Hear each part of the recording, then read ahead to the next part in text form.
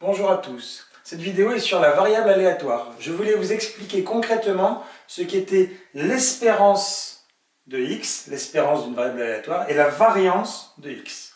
Voilà. Donc je vais repartir sur un exercice qu'on avait fait en classe avec les billets de tombola, où le gain algébrique pouvait être de -2, 8, 48 et 98 euros, et puis on avait les probabilités associées. Ça, c'est un tableau. Ce tableau, c'est une loi de probabilité. Donc voilà. Donc le gain moyen, c'est on répète un très grand nombre de fois l'expérience aléatoire, qui est j'achète un billet et je vois si j'ai gagné, et je regarde combien je gagne en moyenne après un très grand nombre d'essais. Comment on va faire? On va faire exactement comme si on calculait une moyenne pondérée avec la probabilité. Donc on va faire ça fois ça, plus ça fois ça, plus ça fois ça, plus ça fois ça. Et comme ça c'est des probabilités, la somme de tout ça, ça fera 1, on n'a pas besoin de rediviser par la somme de tout. Donc voilà, donc l'espérance de x, en fait la moyenne, je vais faire -2 multiplié par 889 sur 1000, plus 8 multiplié par 1 sur 10, plus 48 multiplié par 1 sur 100, plus 98 multiplié par 1 sur 1000. Voilà, donc ça, c'est ce qu'on appelle l'espérance. On fait le calcul à la calculatrice et on va trouver que c'est égal à -0,4. L'espérance est égale à -0,4. En moyenne, si on achète un très grand nombre de billets, et ben notre gain algébrique sera de -0,4. On perd 40 centimes au final, par billet qu'on aura acheté. Maintenant, on va s'occuper de la dispersion des valeurs autour de cette moyenne, autour de l'espérance de la variable aléatoire. La dispersion, ça s'exprime par la variance, V de x, variance de la variable aléatoire x.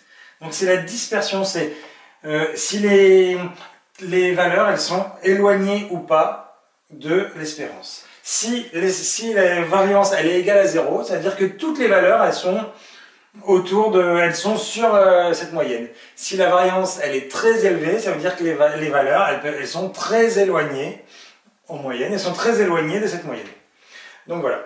Donc la formule c'est cette probabilité multipliée par l'écart entre cette valeur et la moyenne et l'espérance de la variable aléatoire. Tout ça au carré. Voilà. Et puis après on ajoute tout. Donc je vais faire ça multiplié par la différence entre ça et ça au carré. Et je mets ça au carré, plus cette probabilité multipliée par la différence entre ça et ça, que je mettrai au carré, etc. Et je vais jusqu'au bout. Pourquoi on met au carré? Parce que quand on va chercher un écart, on ne voudrait pas que cet écart il puisse s'annuler avec celui-là. Donc comme je le mets au carré, ça me donne un nombre positif, et ça va me donner un autre nombre positif, et donc les écarts ils vont s'ajouter entre eux. Voilà. Donc on va faire l'application numérique. Donc la probabilité, je m'intéresse d'abord à cette première colonne. La probabilité elle est de 889 sur 1000. Voilà. Et je multiplie, donc la première valeur qui m'intéresse c'est ça là. Je fais -2 moins l'espérance, -0,4. Voilà. Et tout ça, toute cette partie, je la mets au carré. Comme ça, j'aurai un nombre positif. Je refais la même chose sur la deuxième colonne. La probabilité, elle est de 1/10. On va chercher l'écart entre cette valeur et cette valeur. 8 moins -0,4. Et pour que ça soit positif, je mets tout au carré. Et ainsi de suite. 1 centième multiplié par 48 moins -0,4 au carré, plus 1 millième multiplié par 98 moins -0,4 au carré. Je fais mon calcul, je le fais à la calculatrice et je trouve 42,40. Donc on a calculé l'espérance, c'est la moyenne, on a calculé la variance, c'est la dispersion. Rappelez, c'est les écarts au carré par rapport à la moyenne. Donc ça c'est en euros, ça si on utilise la même unité, ce serait des euros au carré. Donc c'est bizarre pour une dispersion. Donc on va plutôt vouloir utiliser des euros. Euros, comment on fait pour passer de euros au carré à euros? Ben, on va prendre la racine de cette valeur.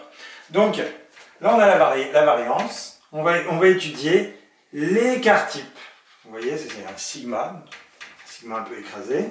Donc l'écart type de la variable aléatoire x, c'est la racine de ce qu'on avait ici, racine de 42,44.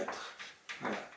On regarde à la calculatrice, on le fait à la calculatrice, et on trouve 6,5 euros. Donc qu'est-ce que c'est?